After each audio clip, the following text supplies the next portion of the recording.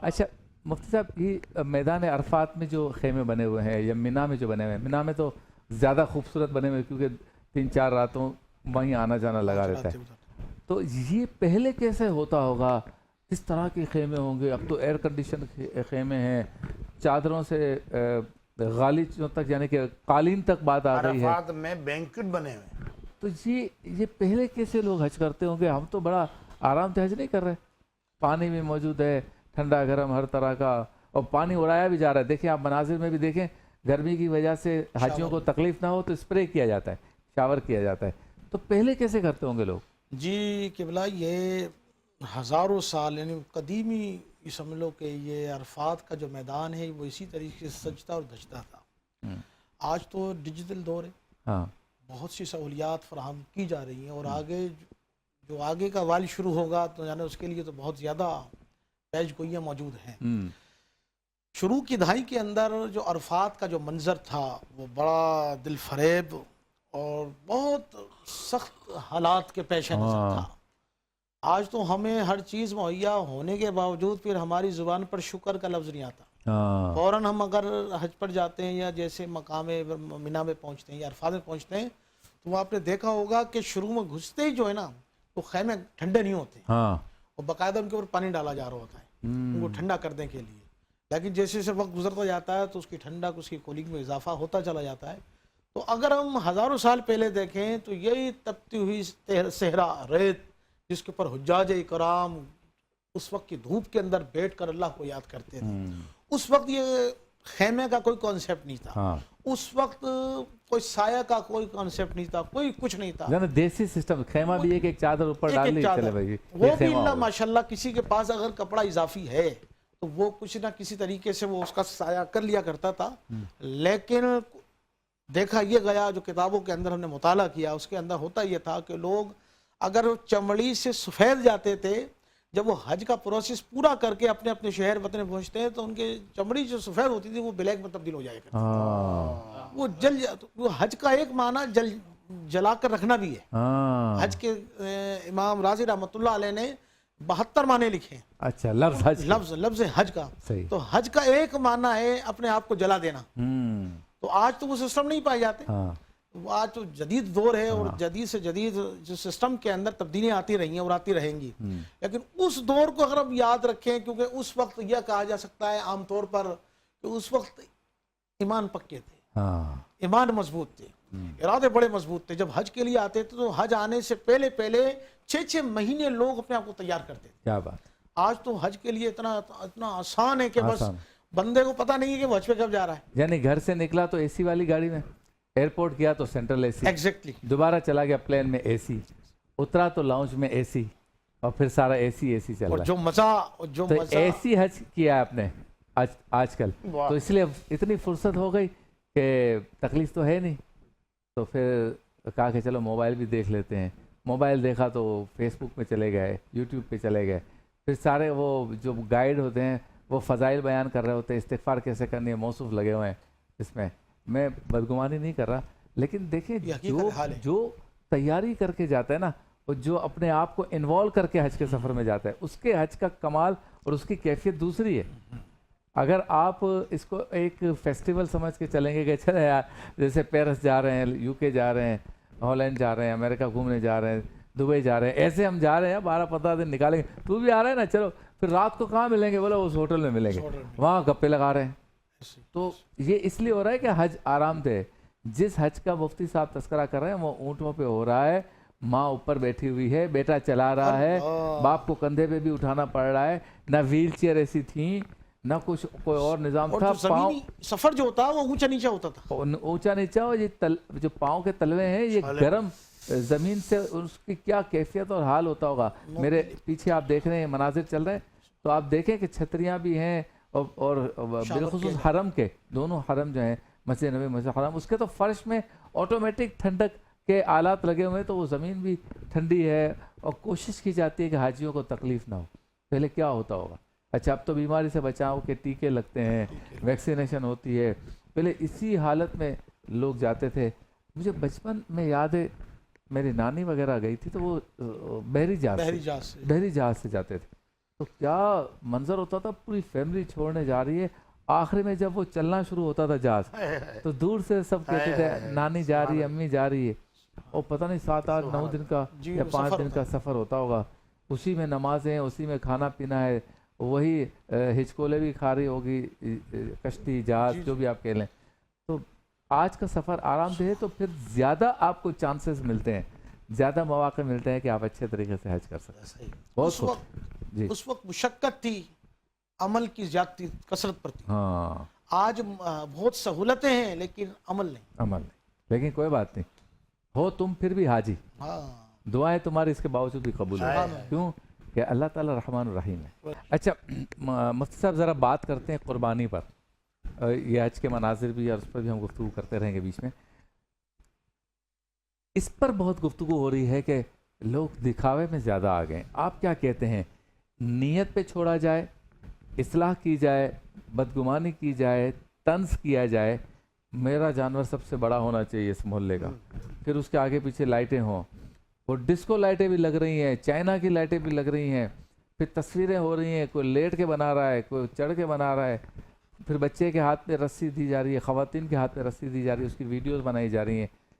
دنیا میں ویسے کہیں ایسی یا اس طرح سے قربانی ہوتی تو نہیں ہے، لیکن چلے ہمارے شہر ہمارے ملک میں ہوتی ہے، اس رونق کو لوگ انجوائے بھی کرتے ہیں، سب ہیں. کیا کرنا چاہیے، سوچ کیسی رکھنی چاہیے؟ جی ہاں، بہت اہم ترین سوال کیا آپ نے. دیکھیں، اللہ تبارک و تعالی نے انسانیت کی فلاح کے لیے، انسانیت کو سنوارنے کے لیے اللہ نے نبیوں کو بھیجا. صحیح. اور انہوں نے اگر تربیت کی قوم کی، اگر انسان کی تربیت نہ کی جائے نا تو وہ جانوروں سے بدتر ہو جائے. قرآن فرماتا ہے اولئک کالانعام بل ہم اضل، کہ یہ تو چوپایوں کی طرح ہیں یا ان سے بھی زیادہ گمراہ ہیں. تو نبیوں کی جو آمد کا مقصد قرآن نے بیان کیا ہے، وہ بیان کیا ہے کہ وہ تربیت کریں گے، انسان کو انسانیت کی معراج پر پہنچائیں گے. صحیح. اسی طرح یہ جب نبی دنیا میں ہمارے آقا تشریف لے آیا آخری، اس کے بعد نبوت کا دروازہ بند ہو گیا، اب قیامت تک کوئی نبی کسی بھی اعتبار سے نہیں آ سکتا. تو یہ ذمہ داری آئی صحابہ پر، صحابہ کے بعد تابعین، اور پھر اولیاء کاملین، اور پھر علماء دین. صحیح. اب علماء جو ہیں وہ آنکھوں کی حیثیت رکھتے ہیں. اب ہم یہ دیکھ رہے ہیں علماء نے اس پہ بولنا بھی شروع کر دیا ہے ماشاءاللہ، اور کئی لوگوں کی اصلاح ہوئی ہے. لیکن اس طرح جس طرح آپ نے ماشاءاللہ یہ پروگرام سے سجایا، میں چینل 5 کے جو مالکان ہیں، ممبران ہیں، احباب ہیں، ان کو مبارکباد پیش کرتا ہوں کہ ایک پازیٹیو پیغام قوم تک جاتا ہے. تو دیکھیے، یاد رکھیے، قوم تو ظاہر سی بات ہے وہ تو سیلیبریشن کرے گی اس کو، جبکہ ایک بڑی پرسوز یاد ہے قربانی. اللہ نبی کریم علیہ السلام صحابہ نے پوچھا، رسول اللہ قربانی کیا ہے؟ حضور نے فرمایا تمہارے باپ ابراہیم علیہ السلام کی سنت ہے. عرض کی گئی یا رسول اللہ اس کے اندر ثواب کیا ہے؟ حضور نے فرمایا ہر بال کے بدلے میں نیکی ہے. ٹھیک ہے. پھر عرض کی گئی یا رسول اللہ ہر بال کے بدلے میں نیکی ہے تو ان کا کیا حکم ہے؟ حضور نے فرمایا اس کے بدلے میں نیکی ہے. تو اتنی عظیم یاد، اتنی عظیم قربانی، لیکن آج اندازہ لگائیے کہ یہ اس کے ساتھ کیا کیا جا رہا ہے. میں نے خود ویڈیوز دیکھی ہیں ایسی کہ وہ آتش بازی کی جا رہی. اور اللہ کے بندوں، خدا کا خوف کرو یار، یہ قربانی ہے، مقدس جانور ہے. یعنی آپ اندازہ لگائیے، جانور ہو یا انسان، کسی بھی جاندار کا بہتا ہوا خون ناپاک مثل پیشاب کے ہوتا ہے کہ وہ کپڑے پہ لگ جائے تو کپڑا ناپاک ہو جائے گا. لیکن قربانی کا جانور اگرچہ اس کا خون کا بھی وہی حکم ہے، لیکن علماء نے فرمایا چونکہ یہ مقدس جانور ہے، چونکہ یہ اللہ کی بار ہمیں قربان ہوگا، تو فرمایا اس کے خون کو بھی نہ گٹر میں اور گندی نالی میں نہ بہایا جائے، بلکہ اس کے خون کو جمع کر کے دفن کر دیا جائے، اس پہ سواری نہ کی جائے، اس کو مارا پیٹا نہ جائے. اگر قربانی کا جانور مادہ ہو اور اس کا دودھ اتر آئے اور اس کا دودھ نکال لیا گیا تو فرمایا کہ پھر اس کو تصدق یعنی صدقہ کر دے. یعنی اتنا مقدس جانور، اس کو بھگا رہے ہیں، دوڑا رہے ہیں. یہ کس طرح جا رہی ہے قوم؟ یہ کیا کر رہے ہو بھائی؟ یہ تو اللہ کی یاد ہے. آپ سوچئے ذرا ایک لمحے کے لیے. شبیر بھائی، میں آپ سے پوچھتا ہوں، جتنے ناظرین اس وقت پوری دنیا میں سن رہے ہیں، میں ان سب سے پوچھتا ہوں، ذرا ایک لمحے کے لیے سوچئے. جس طرح کہ آپ بول رہے ہیں جی ہم خوشی منا رہے ہیں اور جانور کو ویلکم کر رہے ہیں، ہم آپ کی خوشی کو منع نہیں کر رہے، لیکن طریقہ غلط ہے خوشی منانے کا، ہے اس کو سیلیبریشن کرنے کا طریقہ غلط ہے. ہم آپ کو منع نہیں کر رہے کہ آپ خوش ہوں، یا ہم یہ بھی نہیں کہیں گے، کیونکہ دیکھیں ہم یہ بھی نہیں کہیں گے آپ دکھاوا کر رہے ہیں، کیونکہ یہ نیت پر موقوف ہے کہ آپ کی نیت کیا ہے. ٹھیک ہے، ایک بات. دوسرا یہ کہ آپ علم کے لیے سوچیں کہ اگر جبریل امین وہ دمبا لے کر نہ آتے، اللہ کا حکم نہ آتا، چھری گلے پر چل جاتی اور اولاد کو قربان کرنے کا حکم قیامت تک آ جاتا، تو کیا ابھی بھی اس طرح سیلیبریشن کی جاتی ہے؟ صف ماتم بچھی ہوتی ہے گھر کے اندر، ہر بندہ رو رہا ہوتا کہ آج میرا صبح بیٹا قربان ہو جائے گا، اللہ، تو اس کی ویڈیوز بنانا. اچھا دیکھیں ایک بات اور بات کہ جانوروں کی اللہ نے مختلف اعتبارات سے تخلیق کی ہے. مثال کے طور پر یہ میرا ہاتھ میں پانی کا گلاس ہے، اس کی تخلیق، اس کو بنانے کا مقصد کیا ہے کہ اس کے اندر پانی پیا جائے، رائٹ، یہی مقصد ہے. موبائل فون ہے، اس کی تخلیق ہے کس لیے کہ اس پہ بات کی جائے. تو اسی طرح اللہ نے فرمایا کہ ہم نے کچھ جانور ہوئے ہیں جن کا تم گوشت کھاتے ہو، کچھ جانور وہ ہیں جن کا صرف تم دودھ پیتے ہو، کچھ جانور ہوئے جن کا گوشت بھی حاصل کرتے ہو اور دودھ بھی حاصل کرتے ہو، کچھ جانور ہوئے ہیں جن کو تم صرف سواری کرتے ہو. تو اب آپ دیکھیں کہ گائے ہیں، بھینسیں ہیں، اسی طرح بکرے ہیں، ان کی تخلیق بھاگنے کے لیے نہیں ہوئی ہے. گھوڑے کو پیدا کیا گیا ہے بھاگنے کے لیے، تو ان کی تخلیق بھاگنے کے لیے نہیں ہوئی ہے، تو آپ ان کو بھگا رہے ہیں، ریس لگا رہے ہیں، بچوں کو ہاتھ میں رسی پکڑا دی ہے. آنے کے لمبے کے لیے سوچیں کہ وہ بے زبان جانور جو کہ مقدس. پھر مصطفیٰ یہ کہ جی فارم میں یا جب گاؤں میں ہوتے ہیں یہ قربانی کے جانور، تو مغرب کی اذان ہوتی ہے تو ہم دیکھتے ہیں مرغی ہو، بکرا ہو، بکری ہو، بھینس ہو، گائے ہو، وہ اپنے سونے کی جگہ پہ چلے جاتے ہیں. تو کیونکہ یہ 7، 8، 9 بجے سوئیں گے تو صبح 5، 6 بجے فجر کی اذان کے ساتھ اٹھیں گے، پھر ان کی ایک زندگی شروع ہوتی ہے. ہمارے ہاں 3، 3، 4، 4 بجے تک بچے، بچیاں، ایون اب تو عورتیں، مرد، اسپیشلی جوان لڑکے یہ گلیوں میں دوڑ لگا رہے ہوتے ہیں گائے بکروں کی. وہ سلپ بھی ہو رہے ہیں، تھک بھی رہے ہیں، کھایا نہیں کھایا، سوئے نہیں سوئے، آرام کا ٹائم ہے. اس پر کیا کہتے ہیں ان سے، کیا ترغیب دیں گے؟ جی بہت پیاری آپ نے توجہ دلائی ہے اور یہ ہونا بھی چاہیے. دیکھیں جانور کا جہاں تک تعلق ہے، قربانی کے جو جانور ہیں یہ لائق تعظیم ہیں، ان کی تعظیم کی جائے اور ان سے کسی قسم کی خدمت نہ لی جائے اور ان کو کسی قسم کا نقصان نہ پہنچایا جائے، اذیت نہ دی جائے. ان کے جو چارے کا وقت ہے، جو ان کے آرام کا وقت ہے، ان کو اچھے سے اچھی جگہ پرووائڈ کی جائے، ان کو اچھا چارہ پیش کیا جائے، نہ کہ نمود و نمائش کے لیے. کھڑے کھڑے رکھتے ہیں آپ، جانور آرام سے بیٹھے ہیں، کوئی رشتہ دار مہمان آیا اس کو فوراً لات ماری، اس کو کھڑا کر دیا. ہاں، اور آوازیں نکال، ہاں اس کو کھڑا کر دیا. اٹھ. اور جس تعظیم کی آپ نے بات کی وہ تو ختم ہو گئی. وہ اتنا بھاری بھرکم جانور ہاں، جو اپنے وجود لات ماریں گے ڈنڈی سے، اس کی پونچھ، اس کی دم کو موڑیں گے، اس کو نہیں اٹھے گا، پتہ چل رہا ہے کہ یہ اٹھنا نہیں چاہ رہا ہے، اس کا وجود اتنا ہے. پھر اس کو اپنے لیے دکھانے کے لیے کہ دیکھو میں ایسا جانور نکال کے لایا منڈی سے. اچھا یہی انسان قطع قلم معذرت جب خود نیند میں ہوتا ہے جی اور اس کو کہ اٹھ نہ اٹھے، آپ پانی ڈال دیں، آپ اس کے اوپر ڈنڈی سے ماریں یا لات ماریں، تو تیرا کیا عالم ہوگا؟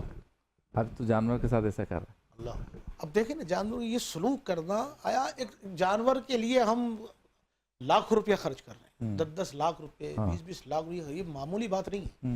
جو خرچ کرتا ہے نا اس کے دل سے پوچھے جا کے.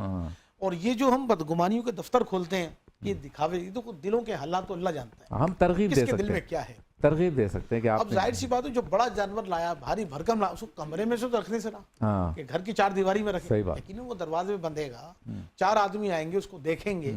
دلوں کے حالات اللہ جانتا ہے. اس پر اس طرح کا بھی جو ہے نا یہ الزام نہیں لگانا چاہیے کہ دکھاوا کر رہا ہے. تمہارے پاس ہے تم بھی دکھاوا کر لو. اس کے پاس اللہ نے سینہ تو دیا ہے نا، دل تو دیا، وہ اللہ کی راہ میں 20 لاکھ 10 لاکھ 15 لاکھ روپے خرچ کر رہا ہے. یہ بہت بڑے گرو کی بات ہوتی ہے. انسان کو جو ہے نا تحدیث نعمت کے طور پر اللہ کی بارگاہ میں شکر ادا کرنا چاہیے اور خوش ہونا چاہیے. اللہ یہ بندہ ماشاءاللہ تیری راہ میں اتنا اعلیٰ خوبصورت بھاری بھرکم جانور پیش کر رہا ہے، اللہ ہمیں بھی توفیق دے، ہم بھی کریں. نہ کہ اس سے حسد کریں، نہ کہ اس سے جلن کریں، بلکہ دعا کرنی چاہیے. اور لوگ اس طرح کے جو نمائش کے لیے ہیں تو لہٰذا ان کے ہاتھ جوڑ کر ڈنڈا لے کے تو ہم نہیں آ سکتے. ہم تو اصلاح کے پہلو کو سامنے رکھتے ہوئے ہم اصلاح کر سکتے ہیں. تو یہاں اس پروگرام کا جو مقصد ہے وہ اصلاح کا ہے کہ ہم نے اصلاح کر دی ہے بیٹھ کر. اللہ کرے کہ ہماری بات دلوں میں اتر جائے. اب اچھا مناظر بھی دیکھتے رہیں ساتھ ساتھ، کیونکہ ہر سال دل چاہتا ہے کہ میدان عرفات میں جب سارے حجاج کرام جمع ہو تو ہم مناظر دیکھیں. ٹی وی آج جو بھی دیکھنے کے شوقین ہیں وہ یقیناً گھوم گھام کے اس چینل پہ ضرور آ جائیں گے جہاں حج کی نشریات ہو رہی ہے، جیسے ہماری ہو رہی ہے، یا میدان عرفات دکھایا جا رہا ہے.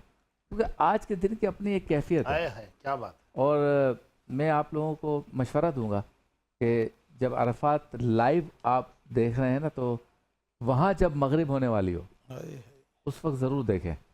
آپ کو جبل رحمت پر آنسوؤں سے رونے والے ایسے لوگ نظر آئیں گے جن کا چہرہ بتا رہا ہوگا کہ رب تعالیٰ سے کہتے ہیں بس ٹائم جا رہا ہے کیا، ابھی ختم ہو رہا ہے. آج کا یہ رکن اعظم کتنی منٹ باقی ہے میری دعاؤں کی قبولیت کی جو تو نے ایک پیریڈ دیا ہے وہ آپ کو اس کے چہرے سے نظر آئے. تو یہ مناظر دیکھیں اور خود بھی اپنے اندر بھی محسوس کریں. رب تعالیٰ ہم سب کو یہ مناظر دکھائے. حج کے انتظامات پہ بھی گفتگو کریں گے اور قربانی کے کچھ مسائل میرے ذہن میں اس پہ گفتگو کریں گے. مختصر سا وقفہ.